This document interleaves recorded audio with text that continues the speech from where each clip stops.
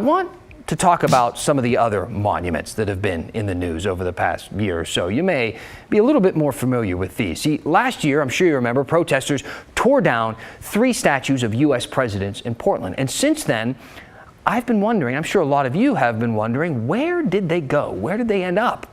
Well, Christelle Kumwe looked into it for us. George Floyd! Say his name! George Floyd! In the midst of last year's nationwide reckoning for racial justice, protesters in Portland physically removed 3 statues of former presidents, Washington, Lincoln, and Roosevelt. After all these months, where are they and will they ever return? Those statues are all in storage. We have been in a process of assessing them to understand exactly what the damage was. Kristen Calhoun is with the Regional Arts and Culture Council, a nonprofit which works with the City of Portland and Multnomah County. The council collects and takes care of government-owned artworks, including statues. Last year's racial justice protests prompted the RACC to update the policy for removing artwork. And what we realized when we were looking at the policy, again last summer, was we didn't have anything in those policies that contemplated a moment like this. The updated policy notes artwork significantly at odds with values of anti-racism, equity, and inclusion can be removed. So we felt like we needed to do that, get that in the policy, and then go into the review process. That process involves looking at factors like cost, damage, and location to determine if the statues should be returned. For example, the George Washington statue was on what became private land, and the current owner doesn't want it. The executive director of the Oregon Historical Society says the values and policies of the presidents come into question.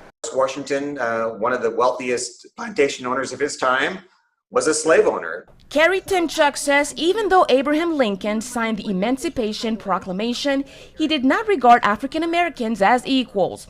At one point, his philosophy was that they should be colonized in Africa, sent to Liberia. Roosevelt also didn't view black people as equals. Nor did he regard the Native Americans, indigenous people, as equal.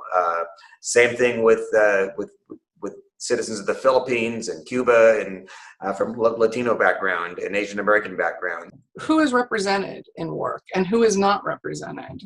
How has history been captured? How do the public spaces reflect that? The RACC will decide which statues, if any, should stay and will send those recommendations to the City of Portland. That doesn't necessarily mean that the city will deaccession everything, but we'll go through the process, and that process will have community engagement in it. Conversations will be centered in communities that have not historically been represented in public spaces.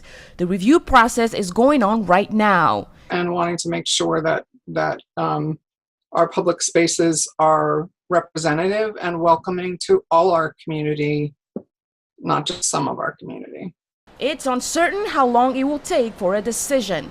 Until then, the 3 statues will stay in storage. Christelle Kumwe, KGW News.